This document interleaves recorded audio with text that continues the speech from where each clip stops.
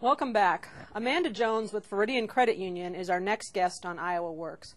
Amanda, no one is really immune from a layoff in this kind of a recession. What would you suggest that Iowans do to kind of prepare themselves financially for a potential layoff or downsizing? Well, the biggest suggestion I have for every Iowa household is to have at least 6 months worth of living expenses available in liquid assets in case an emergency or a transition or loss of a job should ever arise.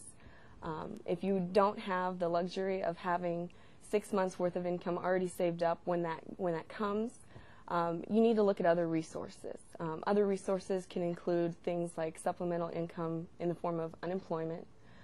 The first thing you should do is examine your family's budget so you have a very clear picture of the expenses that you have going out versus the income that you have coming in.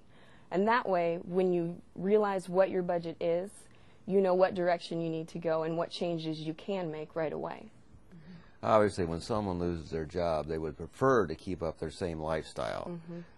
What tips do you give persons that you talk to about the first things they should do as they come through a layoff notice and they want to move on to try to establish some kind of stability in their financial lives? Well, you need to get everybody involved in the budget portion of your finances, so any contributing member of your household. And by establishing a budget, you're going to be able to identify where your money is going and where you can better spend that money. Some of the best examples I have are things like if you're paying high cable bills or high internet access bills.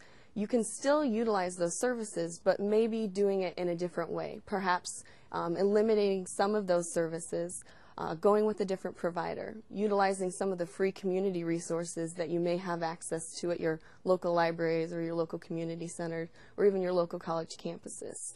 I mean, do you encourage people to talk to their children about the fact that dad or mom is now unemployed and that things will be different?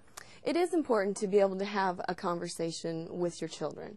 The amount of information that you give them is going to be based on their age, of course, but they're going to have questions and they're going to be worried, and by explaining that to them, that we do have a plan in place, this is a temporary solution, and here's some of the things that we're doing right now to make sure that we're all going to get through this together. Right now, Amanda, we have over 80,000 Iowans who are on unemployment insurance. They may find themselves in a situation where they can't pay all the bills that they have in their household. How would you suggest that they deal with creditors, and what are some of the first steps that should be taken? Some of the most important things that you can do when you're working with your creditors in a situation where it may be difficult for you to make your payments is to communicate. One of the worst things that you can do as an individual is to simply shut down and not communicate with your creditor. So open that line of communication, make sure you're documenting the conversations that you're having, and follow up in writing, and ask them to follow up with you in writing if you've made any alternative payment arrangements or if you ask to be able to skip a payment.